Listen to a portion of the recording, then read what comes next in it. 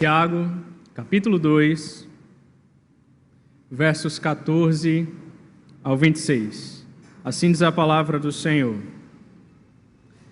Meus irmãos, qual é o proveito se alguém disser que tem fé, mas não tiver obras? Pode acaso semelhante fé salvá-lo? Se um irmão ou uma irmã estiverem encarecidos de roupa e necessitados do alimento cotidiano, e qualquer dentre vós lhes disser, ide em paz, aquecei-vos e fartai-vos, sem contudo lhes dar o necessário para o corpo, qual o proveito disso? Assim também a fé, se não tiver obras, por si só está morta. Mas alguém dirá, tu tens fé e eu tenho obras.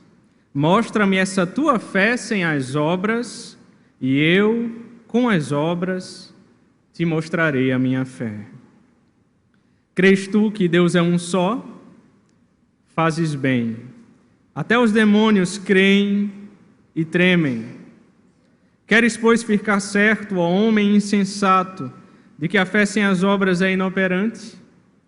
Não foi por obras que Abraão, nosso pai, foi justificado, quando ofereceu sobre o altar o próprio filho Isaque?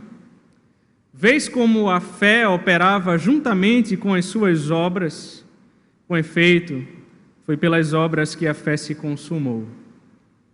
E se cumpriu a Escritura, a qual diz, ora, Abraão creu em Deus, e isso lhe foi imputado para a justiça, e foi chamado amigo de Deus.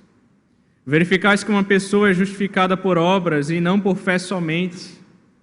De igual modo, não foi também justificada por obras a meretriz Raabe, quando acolheu os emissários e os fez partir por outro caminho?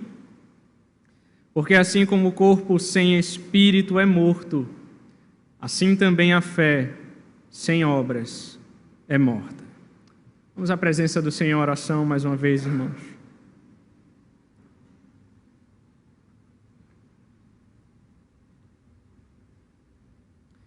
Senhor Deus, amado Pai, graças te damos pela tua bendita e maravilhosa palavra.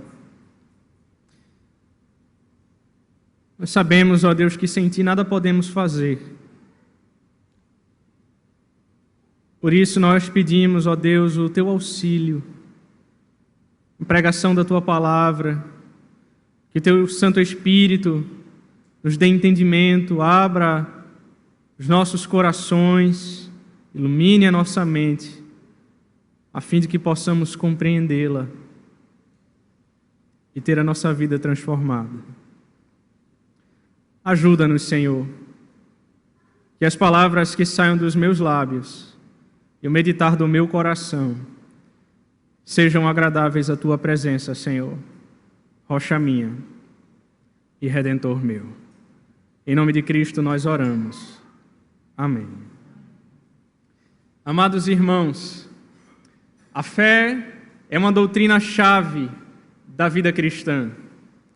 O pecador é salvo pela graça mediante a fé, e o cristão deve viver pela fé.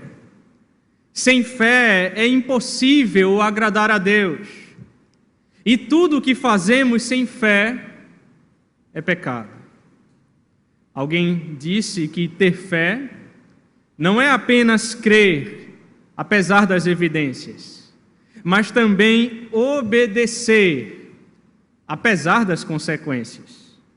Por essa razão, Hebreus 11 apresenta uma série de homens e mulheres que agiram de acordo com a palavra de Deus, a despeito do preço que teriam de pagar. Pois a fé não é um sentimento vago produzido dentro de nós. Antes é a certeza de que a palavra de Deus é verdadeira e a convicção de que seremos abençoados ao agir de acordo com essa palavra. Nesse parágrafo, Tiago discorre sobre a relação entre fé e obras. Que tipo de fé salva uma pessoa? É necessário realizar boas obras a fim de ser salvo? De que maneira uma pessoa pode saber se está, de fato, exercitando a verdadeira fé? Tiago responde essas perguntas, explicando que existem 3 tipos de fé, sendo que somente uma delas é salvadora. Em primeiro lugar, vejamos a fé morta.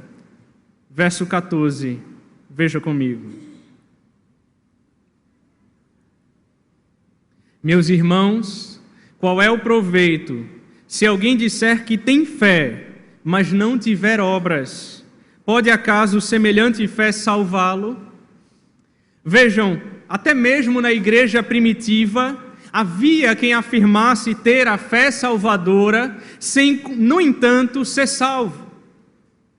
Em Mateus 7, 21, Jesus Cristo advertiu: nem todo o que me diz Senhor, Senhor, entrará no reino dos céus, mas aquele que faz a vontade de meu Pai, que está nos céus. Então note comigo que para esses parece que há um abismo entre fé e obras. Warren Wiersbe disse: as pessoas com a fé morta colocam palavras no lugar de atos. Sabem o vocabulário correto para a oração e podem até citar os versículos certos na Bíblia, mas a sua vida não condiz com o seu discurso. Acreditam que suas palavras têm o mesmo valor de obras, mas estão enganadas. No verso 15, Tiago apresenta uma ilustração simples. Um cristão pobre precisando de roupas e de alimento entra na igreja. A pessoa com a fé morta observa o visitante, vê suas necessidades, mas não faz coisa alguma para supri-las. Em vez disso, lhe oferece uma porção de palavras piedosas. Ide em paz, aquecei-vos e fartai-vos. Que piedoso! Mas o visitante vai embora tão desprovido quanto estava.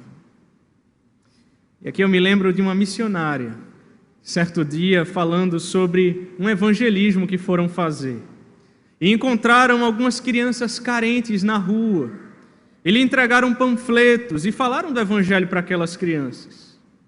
Quando ela terminou, algo lhe cortou o coração. Uma das crianças olhou para ela e disse: moça, eu entendo o que você disse. Outra pessoa já passou por aqui e fez a mesma coisa e foi embora, mas eu continuo com fome. Eu continuo com fome. Sabemos, irmãos, que a palavra de Deus, o alimento espiritual é o mais importante. Nem só de pão viverá o homem, mas de toda a palavra que procede da boca de Deus. Entretanto, Tiago diz: como você pode ver uma pessoa necessitada e dizer, ide em paz, aquecei-vos e fartai-vos, sem contudo lhes dar o necessário para o corpo? Qual é o proveito disso? Gálatas 6,10 diz: por isso, enquanto tivermos oportunidade, façamos o bem a todos, mas principalmente aos da família da fé. Lembre-se das palavras de Cristo, teu Redentor. Em Mateus 25 ele disse: sempre que o fizestes a um desses meus pequeninos irmãos, a mim o fizestes. Ajudar os necessitados é uma expressão de amor, e a fé opera pelo amor. O apóstolo João também enfatiza esse aspecto das boas obras. Em 1 João 3 está escrito: ora, aquele que possui recursos desse mundo e vir a seu irmão padecer necessidade e fechar-lhe o seu coração, como pode permanecer nele o amor de Deus? Filhinhos, não amemos de palavra nem de língua, mas de fato e de verdade. Aqui eu me lembro do sacerdote e o levita, na parábola do bom samaritano. Eles possuíam instrução religiosa, mas nenhum dos dois parou para ajudar aquele homem agonizante à beira da estrada. Os dois eram capazes de defender a sua fé, mas nenhum deles demonstrou essa fé por meio das obras de amor. Por essa razão, Tiago pergunta no verso 14: Pode acaso semelhante fé salvá-lo? A que tipo de fé Tiago se refere? Aquela que nunca é vista nas obras práticas. A resposta é não. Qualquer declaração de fé que não redunde em mudança de vida e em boas obras é uma declaração falsa. No verso 17, Tiago diz: a fé, se não tiver obras, por si só está morta. É por isso que Calvino disse: só a fé justifica, mas a fé que justifica não pode andar só. A verdadeira fé salvadora não anda sozinha, é sempre acompanhada de vida, e a vida produz boas obras. Quem tem a fé morta possui apenas experiência intelectual. Em sua mente conhece as doutrinas da salvação, mas nunca se entregou a Deus, nem creu em Cristo para receber tal salvação. Sabe as palavras certas, mas não as confirma com suas obras. Amados irmãos, a fé em Cristo vivifica, e onde há vida, deve haver crescimento e frutos. 3 vezes nesse parágrafo, Tiago nos adverte de que a fé, se não tiver obras, por si só, está morta. Alguém certa vez disse: é preciso cuidado com a fé meramente intelectual. Nenhum ser humano pode se aproximar de Cristo pela fé e permanecer o mesmo. Assim como ninguém pode tocar um fio de 220 volts sem ser afetado. Pois aquele que tem um filho tem a vida. Aquele que não tem o Filho de Deus não tem a vida. Cuidado. A fé morta não é uma fé salvadora. Antes é uma fé falsificada que entorpece a pessoa, dando-lhe uma certeza falsa da vida eterna. Segundo lugar, vejamos a fé dos demônios. Versos 18 a 19, veja comigo.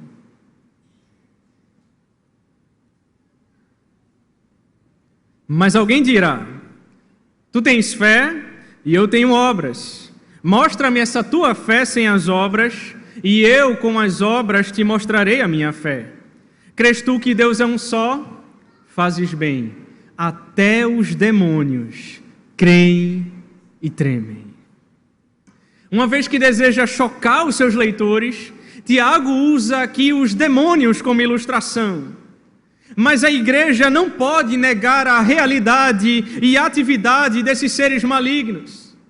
Jesus expulsou vários demônios enquanto ministrava aqui na terra e deu poder aos discípulos para fazer o mesmo. Paulo confrontava as forças demoníacas com frequência em seu ministério. Em Efésios 6, dos versos 10 ao 20, nos admoesta a revestir-se da armadura de Deus e a derrotar as forças espirituais do mal. Talvez alguns ficaram estarrecidos com o verso 19, ao saber que os demônios têm fé. Ora, mas alguém poderia se perguntar em que eles creem. Primeiro, na existência de Deus. Eles não são ateus, nem agnósticos. Segundo, também creem na divindade de Cristo. Sempre que se depararam com Cristo aqui na terra, deram testemunho de sua filiação. Em Marcos 3,11, após Jesus curar muitos enfermos, diz o texto que também os espíritos imundos, quando viam, prostravam-se diante dele e exclamavam: Tu és o Filho de Deus. Os demônios também creem na existência de um lugar de castigo. Reconhecem Jesus Cristo como juiz e sujeitam-se ao poder de sua palavra. É por isso que em Marcos 5, quando Jesus encontra aquele homem endemoniado, gadareno, com uma legião de demônios, um homem possesso, de espírito imundo, um homem louco, furioso, um homem que gritava de dia e de noite, um homem que andava nu e se feria com pedras, um homem que vivia nos sepulcros, um homem preso em grilhões, um homem que ninguém podia subjugá-lo, um homem que era um tormento para a sociedade, um homem que era descartado pela sua própria família, um homem que ninguém acreditava que havia solução para ele. Jesus vai ao encontro desse homem e diz o texto que de longe, quando ele viu Jesus, correu e o adorou. E Jesus Cristo disse: espírito imundo, sai desse homem. E naquele momento, aquele homem ficou são. Porque não há caso perdido para Deus. Não há vida irrecuperável para Deus. Aquele homem teve a sua vida restaurada para a glória de Deus. Ouve, Israel, o Senhor, nosso Deus, é o único Senhor. Até mesmo os demônios creem nisso. Agora vejam, essa também era a declaração diária do judeu piedoso. Crês tu que Deus é um só? Fazes bem. Até os demônios creem e tremem. Então vejam, quem tem a fé morta só foi tocado em nível intelectual. Os demônios, por sua vez, também são tocados a nível emocional. Eles creem e tremem. Mas note você, crer e tremer não são experiências que produzem salvação. Uma pessoa pode ser esclarecida em sua mente e até tocada em seu coração, e ainda assim perder-se para sempre.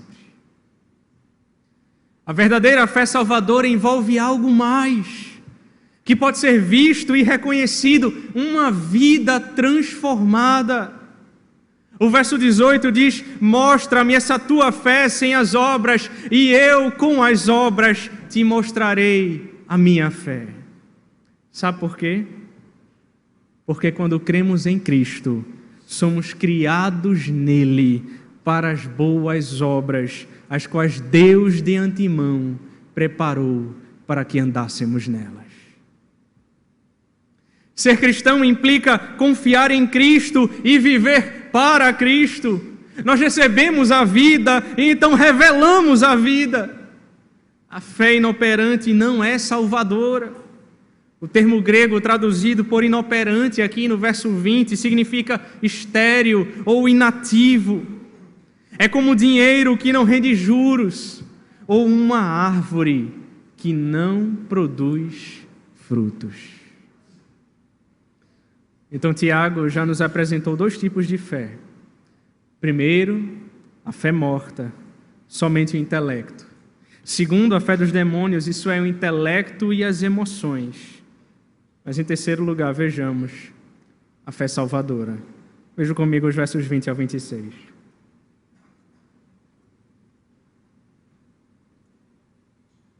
Queres, pois, ficar certo, ó homem insensato, de que a fé sem as obras é inoperante? Não foi por obras que Abraão, nosso pai, foi justificado quando ofereceu sobre o altar o próprio filho Isaque? Vês como a fé operava juntamente com as suas obras. Com efeito, foi pelas obras que a fé se consumou. E se cumpriu a Escritura, a qual diz: ora, Abraão creu em Deus, e isso lhe foi imputado para a justiça, e foi chamado amigo de Deus. Verificaste que uma pessoa é justificada por obras e não por fé somente. De igual modo, não foi também justificada por obras a meretriz Raabe, quando acolheu os emissários e os fez partir por outro caminho? Porque assim como o corpo sem espírito é morto, assim também a fé sem obras é morta. Meus irmãos, essa fé é real, ela tem poder e ela redunda em uma vida transformada. Tiago descreve a fé salvadora. Em primeiro lugar, a fé salvadora é baseada na palavra de Deus. Nós recebemos um novo nascimento espiritual por meio da palavra de Deus. A fé vem pela pregação, e a pregação pela palavra de Cristo, de Romanos 10:17. Tiago usa Abraão e Raabe como ilustrações da fé salvadora, uma vez que ambos ouviram e receberam a mensagem de Deus por meio da sua palavra. Alguém certa vez disse: o valor da fé é diretamente proporcional ao valor de seu objeto. Em outras palavras, o homem no meio da selva, ele curva-se diante de um ídolo de pedra, crendo que este pode ajudá-lo, mas ele não recebe ajuda alguma. Por mais fé que uma pessoa afirme ter, se não for dirigida para o objeto certo, não realizará coisa alguma.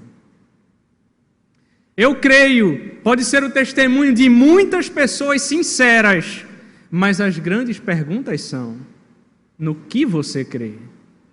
Ou em quem você crê? Nós não somos salvos pela fé na fé, somos salvos pela fé em Cristo, conforme revelado em sua palavra. A fé salvadora tem base na palavra de Deus e envolve o ser humano como um todo. A fé morta toca apenas o intelecto. A fé dos demônios envolve a mente e as emoções, mas a fé salvadora toca também a volição. A pessoa em sua totalidade participa da fé salvadora. A mente compreende a verdade, o coração deseja a verdade e a volição age de acordo com a verdade. Os homens e as mulheres de fé citados em Hebreus 11 eram pessoas de ação. Deus falou e eles obedeceram. Por essa razão, irmãos, ter fé não é apenas crer, apesar das evidências, mas também obedecer, apesar das consequências. Temos, portanto, que a verdadeira fé conduz à ação. Na linguagem de alguns teólogos, essa é uma fé dinâmica. E vejam, essa obediência não constitui apenas uma ocorrência isolada, antes continua ao longo de toda a vida e conduz às obras.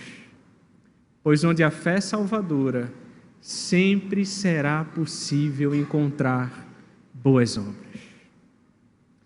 Tiago então ilustra a sua doutrina na vida de duas figuras bíblicas conhecidas, Abraão e Raabe. Não seria possível, irmãos, encontrar dois indivíduos mais diferentes um do outro. Abraão deu origem ao povo de Israel. Raabe pertencia a uma nação pagã. Abraão era um homem piedoso. Raabe era uma mulher corrupta, uma meretriz. Abraão era amigo de Deus, enquanto Raabe pertencia a um povo inimigo de Deus. Mas a grande pergunta é: o que eles tinham em comum? A fé salvadora, que Deus concede àqueles que são seus. Em Gênesis 15:22, nós podemos entender o contexto dessa ilustração. Deus chamou Abraão da terra de Ur dos Caldeus, a fim de conduzi-lo a Canaã e de constituir a partir dele, a grande nação de Israel. E por meio de Israel, Deus enviaria ao mundo o Messias.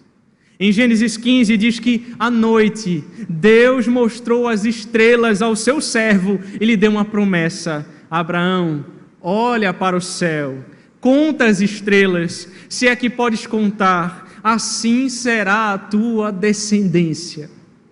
Qual foi a reação de Abraão?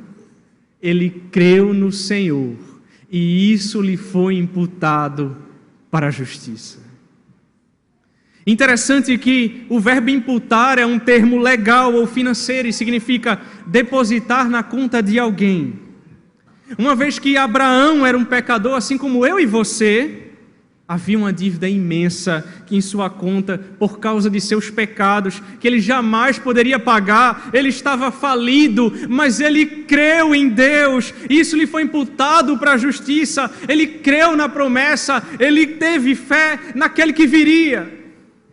A sua dívida foi paga por meio da obra de Cristo e ainda foi creditado em sua conta um valor inestimável, a justiça do nosso Redentor. Em Isaías 61:10 diz que a minha alma se alegra no meu Deus, pois Ele me vestiu com as vestes da salvação e sobre mim pôs o manto da justiça. Você tem ideia do que é isso? É como você chegar num tribunal e o diabo, seu acusador, abre um rolo imenso e começa a apontar cada pecado seu em toda a sua vida, e não há dúvida de que você merece ser condenado.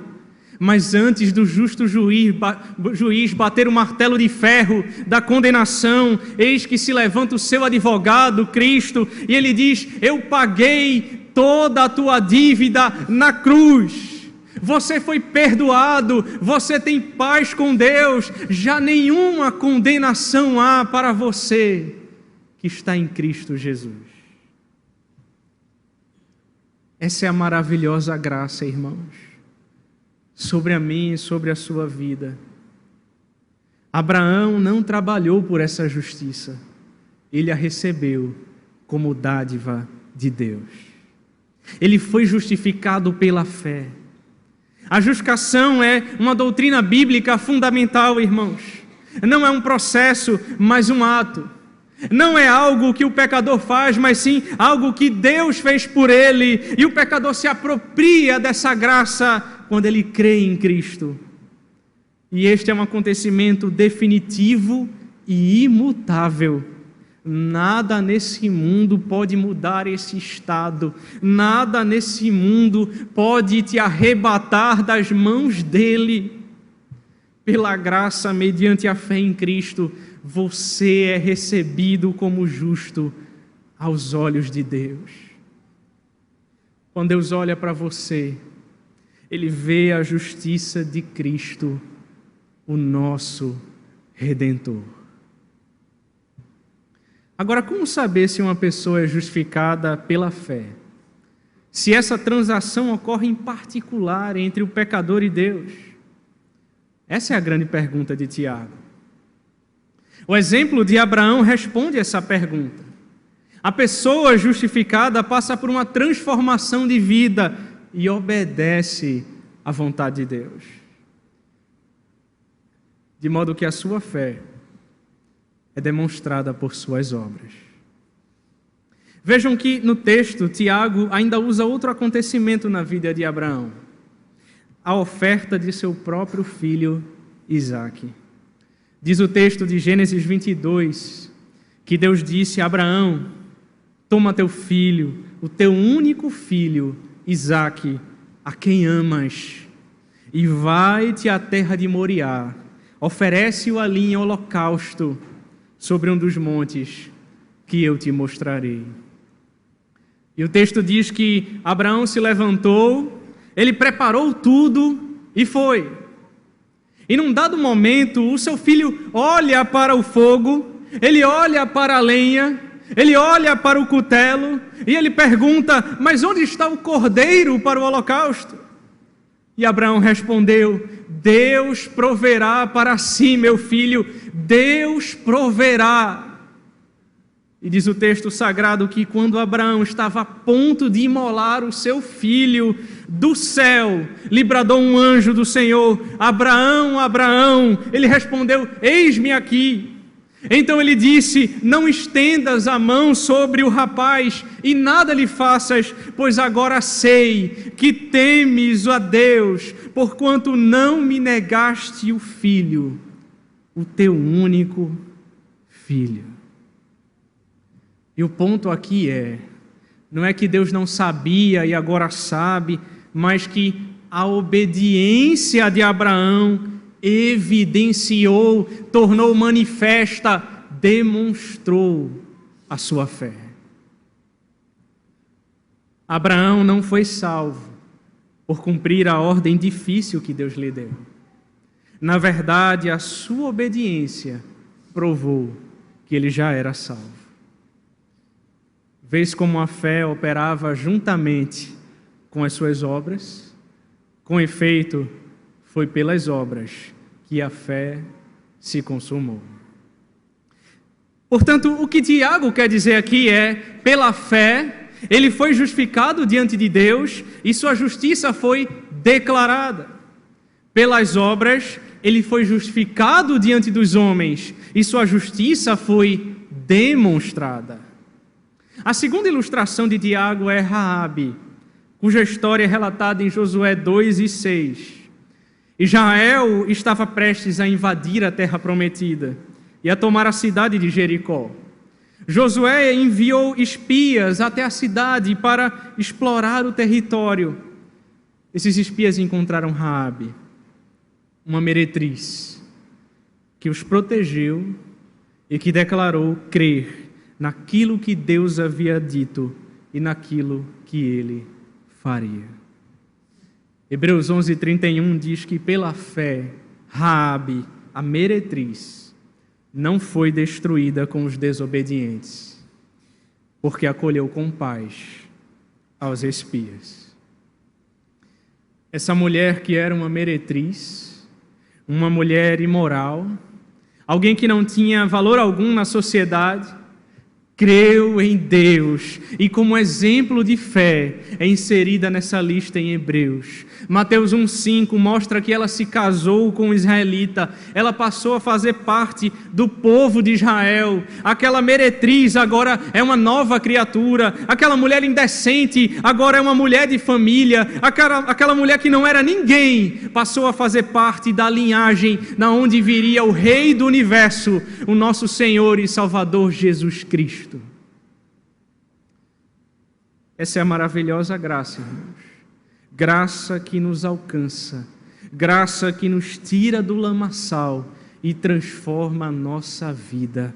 Aqui eu me lembro as palavras do salmista: Ele me tirou de um poço de perdição, de um tremedal de lama. Ele colocou-me os pés sobre uma rocha e me firmou os passos. E pôs nos meus lábios um novo cântico, um hino de louvor ao nosso Deus. Pois pela sua graça, Raabe exercitou uma fé salvadora. A sua mente descobriu a verdade. O seu coração foi tocado pela verdade. E a sua volição agiu de acordo com a verdade. Ela provou a sua fé por meio das suas obras. Uma fé que transforma a vida e que se põe a trabalhar para Deus. Portanto, a palavra de Deus nos convida hoje, irmãos, a examinar o nosso próprio coração e a nossa vida. Será que eu me arrependi sinceramente dos meus pecados e os deixei para trás? Ou ainda amo o pecado e desejo desfrutá-lo? Será que eu verdadeiramente creio em Jesus Cristo e somente nele como meu Salvador? Tenho um relacionamento vivo com Ele por meio da Sua palavra e do Espírito? Será que houve uma transformação em minha vida? Minhas boas obras são constantes e verdadeiras? Será que eu estou procurando crescer nas coisas de Deus? As pessoas ao meu redor podem notar que eu sou uma nova criatura? Eu tenho o desejo de falar de Cristo para outros? Ou sinto vergonha? Desfruto comunhão com as outras pessoas? Tenho prazer em estar na casa de Deus, junto com o povo de Deus? Será que eu estou pronto para a volta de Cristo ou ficarei envergonhado quando Ele vier me buscar? No Salmo 139, o salmista disse: sonda-me, ó Deus, e conhece o meu coração. Prova-me e conhece os meus pensamentos. Vê se há em mim algum caminho mau e guia-me pelo caminho eterno. Feche os seus olhos e vamos orar.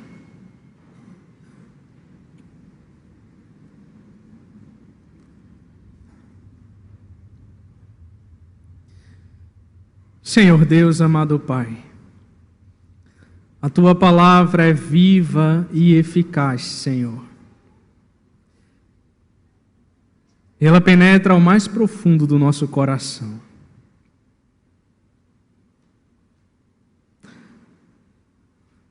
Nós cremos, ó Deus, na aplicação eficaz por meio do Teu Espírito, que pode fazer essa semente da palavra que é semeada no meu e no seu coração frutificar, produzir vida, tirar a cegueira, as escamas dos nossos olhos e mudar a nossa vida completamente. Só o Senhor pode fazer isso, Deus. Só o Senhor pode fazer isso. Pela Tua graça superabundante, que nos alcança, que nos transforma.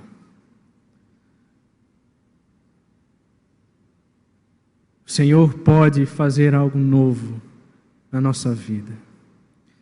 O Senhor pode mudar completamente a nossa direção. Caminho de perdição para onde nós andávamos. É o Senhor quem muda todas as coisas